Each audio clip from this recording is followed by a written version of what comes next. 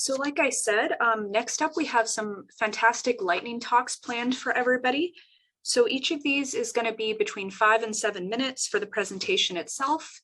And then we're going to have 3 minutes Q&A. So just like before, feel free to put your question in the chat and we'll look out for it when the time comes. And for this section, I'm going to be moderating. We're going to have Cynthia Henry as our chat monitor, Colleen Martin as our timekeeper, and Yiding will be helping us with tech support. So our first presentation is going to be by Kara Blizzard, Adapting the Recipe, Baking Sourdough as a Metaphor for Teaching Online. Kara, are you here with us? Yes, I am. Hi, welcome. Please feel free to jump in whenever you're ready. All right, I'm just gonna share my screen and make sure I can see my notes.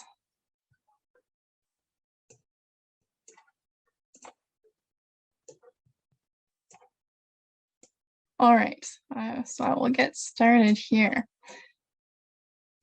So at the start of the pandemic, I was in the same situation as many academic librarians. I suddenly needed to teach information literacy online.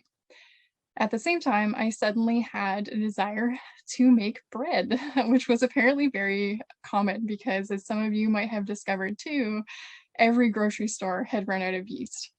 And that made me want to bake bread even more. So I decided to see if I could figure out how to make sourdough, which uses wild yeast. Today, I'm going to talk about both of these seemingly unrelated parallel journeys, and we'll see how far I can take this metaphor comparing baking sourdough with teaching online. And I will warn you now, there will be a few puns, but I'll try to keep it reasonable. So getting started and getting starter.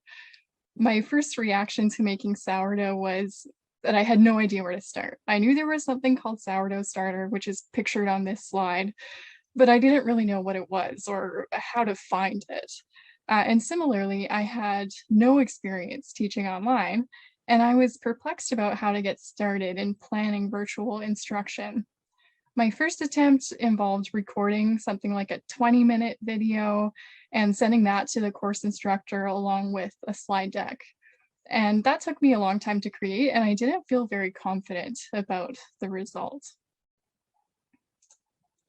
After that initial phase of just being overwhelmed, I realized that I wasn't alone, either in teaching or in baking. A family friend offered me some of her sourdough starter, and then I found some introductory recipes online. In terms of teaching, my library has a teaching and learning community of practice, and those of us who are now teaching online started discussing some of our strategies through these online meetings that we had. We talked about different approaches we were taking, whether that involved recording videos or hosting live instruction sessions, and we compared notes on different polling software and other tools that we were trying. I also attended several conference presentations and free webinars and read articles about approaches to teaching online. So these communities and resources helped me become more familiar with both of these areas that were new to me. But I also realized that I already had some of the skills that I needed. I had baked things like muffins and cakes and some other types of bread. So I was generally familiar with the concept of measuring and mixing ingredients and putting it all in the oven. And I had experience with teaching in person. I also had created some online tutorials in the past, so I could use some of those skills to help me design synchronous and asynchronous online instruction. For example, I knew how to develop learning objectives and how to use some video making software. As I spent time practicing baking sourdough and teaching online, I learned about new tools and techniques that might be useful.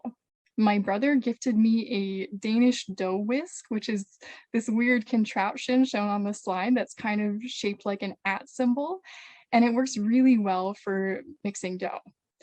I also learned about a different kind of weird contraption called Zoom breakout rooms that works really well for enabling small group discussions. I even found that as an introvert, I had an easier time moving between Zoom rooms than I did walking around an in-person classroom, checking in on different groups. So I kind of learned about what worked for me. Both of these journeys involved taking some risks. So you can imagine this emoji representing my face as I tried something new and awaited the results. In baking, I tried out different flours and different recipes. Sometimes they worked really well and made some amazing bread, and sometimes they literally fell flat. And that was okay because every time I failed somehow, I learned something new about what went wrong, and I did better the next time. I also had some online teaching failures, including times when I tried to facilitate discussions that fell flat because no one participated. But that was okay too, because I eventually learned ways to better encourage discussion, like by using collaborative documents or polling software, rather than just asking students to unmute themselves, which would often make them uncomfortable. My new experience with baking sourdough helped me to develop some skills that I started to use with other more familiar types of baking. For example, that Danish dough whisk that I mentioned earlier also works really well for mixing muffin batter. When I started to return to an in-person classroom for some of my library instruction, I continued using tools like collaborative documents to help engage students in activities.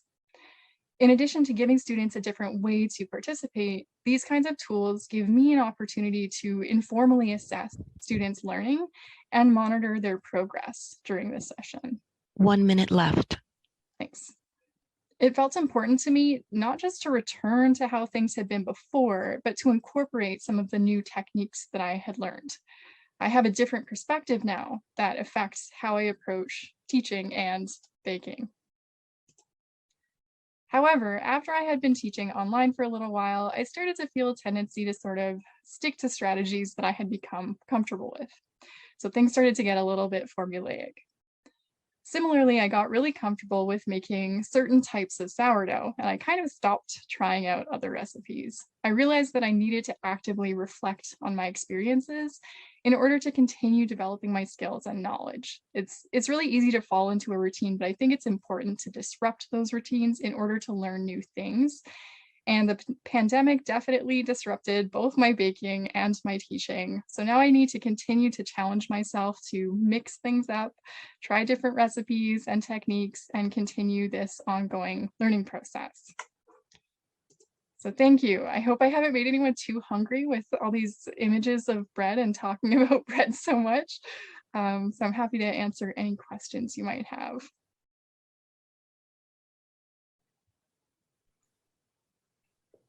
Thank you so much, Kara. This was wonderful. Such a creative take on information literacy. Thanks. Yeah, I'm just checking through the chat to see if there were any questions, or feel free to submit some if folks have them now.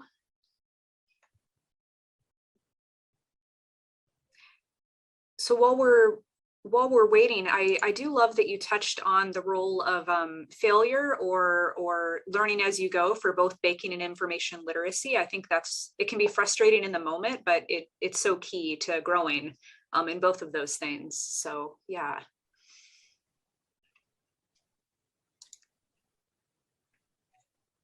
Some folks are saying in the chat they're really encouraged about taking risks. A lot of people are into that whisk that you showed us. I hadn't seen that before either. That's super cool. So yeah, it's really strange looking, but it works very impressively well.